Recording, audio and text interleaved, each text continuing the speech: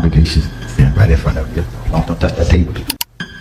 I want to apologize to everybody in here because I am pregnant. I'm sorry, y'all. Ain't no baby showers going on.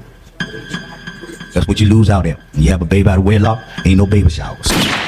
It's as though everyone involved is trying their very best to do it the absolute worst way. Church discipline is difficult. It can be messy, but I think that sometimes people forget the whole point, the purpose of church discipline and how you go about doing it and to whom, and should it be meted out the same way.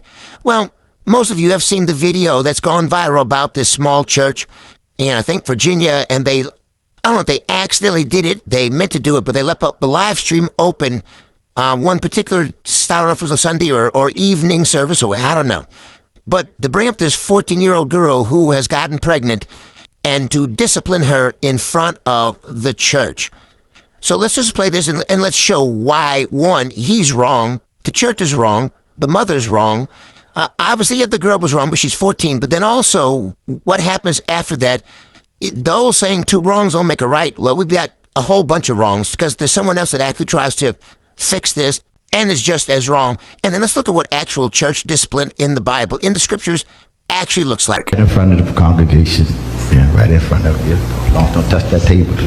Now, first thing is when he said, "Don't touch the table." That part, I don't know why it just hit me. Don't touch the table, baby. That table's sacred. You just dirty. Don't touch. That's just kind of how it felt like. Could be me. Maybe he just didn't want her to lean. I don't know, but that stuck out to me also. I want to apologize to everybody in here because I am pregnant.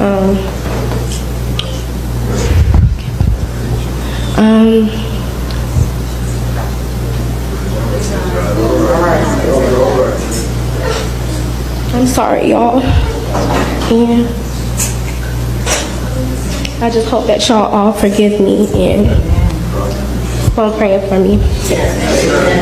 Sister Shiarios, what time it is? You told her you wanted to make her get up in front of everybody, now the small church, and so everyone knows her anyway. You could have, if you wanted to say, we're praying for our dear little sister, and this is the issue, and that, I might not have had a problem with that. But you go entirely too far. You never wait later to repent. If you're singing, you don't wait no 2, 3. You don't wait till the baby come to repent. You repent now. You just don't do it again. But you got to repent. I don't care how you look at it. You already know You already know what time it is. I told her, it's not what you think it is. But the church praying for you. Amen. We ain't gonna condone your sin now. That's right. We ain't gonna do that. Ain't no baby showers going on.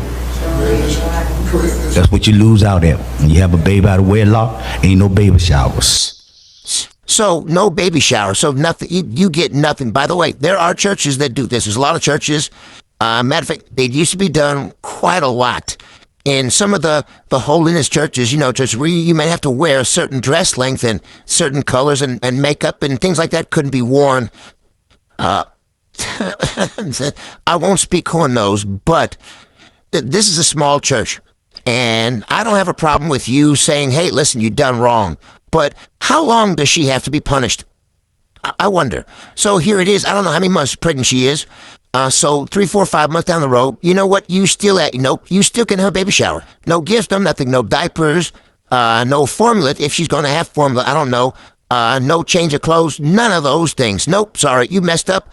Punished for his law. And by the way, who determines how long she has to go through this? That is a baby coming in the world who is going to need things. And then to say the mother can't help out either?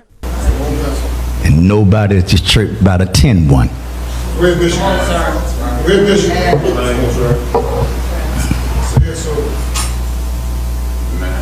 Mama shouldn't have one neither. You got to take care of your granddaughter. But you can't condone sin. You don't have no private baby shower. You can't have no baby shower. You lose all the pride and glory. You lose all that. You just lose all that. Again, we're not talking about the mother, the teenager. we're going to this baby that's coming, but then we've got another baby also. And then you said that no one else better. First of all, you seem to exude a whole lot of control that you should not have. Let's go to the scriptures, because this is maybe what this pastor ought to do. How about let's look at Peter, 1 Peter 5. He says, therefore I exhort the elders among you as your fellow elder and witness of the sufferings of Christ, and partaker also of the glory that is to be revealed. He says, shepherd the flock of God among you, exercising oversight, not. So the pastor has to have oversight. But he says, not under compulsion, but voluntarily, according to the will of God, and not for sort of gain, but with eagerness, nor yet as lording it over those allotted to your charge, but proving to be an example of the flock. You are lording it. You are literally domineering over this particular body. That's a problem. You are not showing, you're not being the loving kind of pastor. You know, the same one that is talked about in Acts 20:28, the shepherd, the flock that God has bought with his own blood. This shows a sort of love. This does not speak of love. He says, and when the chief shepherd appears, you will receive the unfading crown of glory. Now, this is not the example. He's not exhibiting the example of what a loving pastor ought to be. Now, before we get back to him, let's see how this actually gets worse. There is a protester that shows up who wants to give this pastor, because this video went viral. There's a protester who comes in, who wants to give this pastor peace of mind and wants to shut the church down.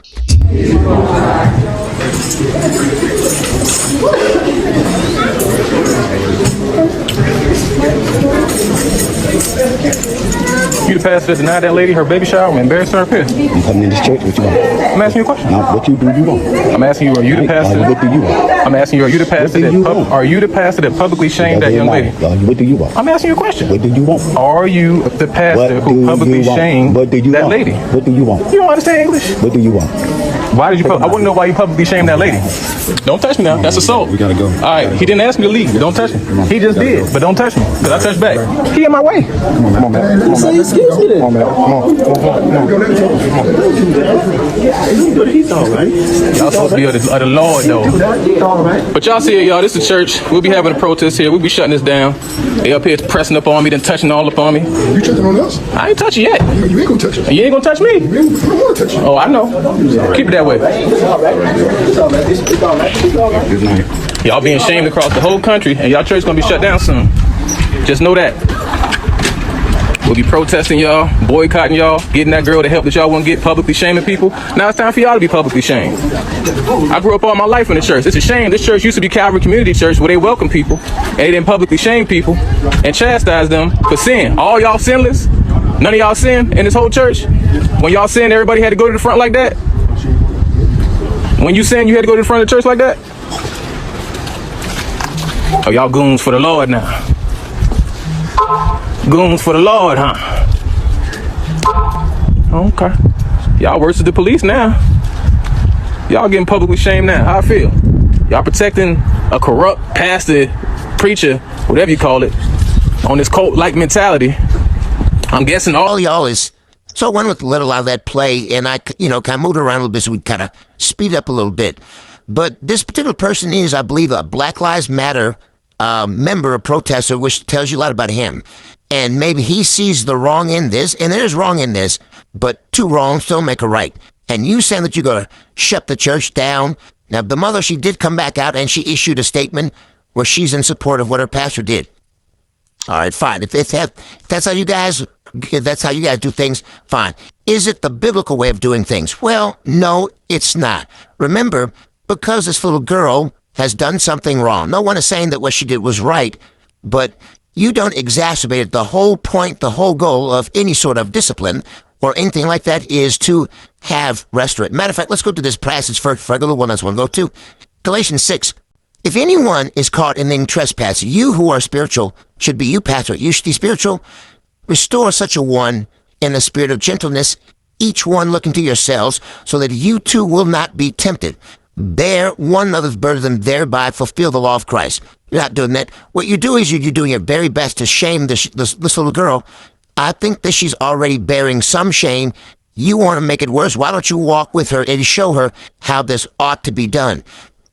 Maybe you need to walk with the mother. Maybe someone needs to walk with you, Pastor, because I don't see that you are getting this issue about love. Remember, and it's a debated text as to whether it was in the original. It is found in other parts of John and also in Luke. But I think the story is applicable where the woman who is caught in adultery is brought. They want to stone her. They want to stone her. But who's there who doesn't want to stone her? That is Jesus. Now, I think this woman, by the way, where is the little boy or whoever it is that maybe didn't go to the church? I don't know.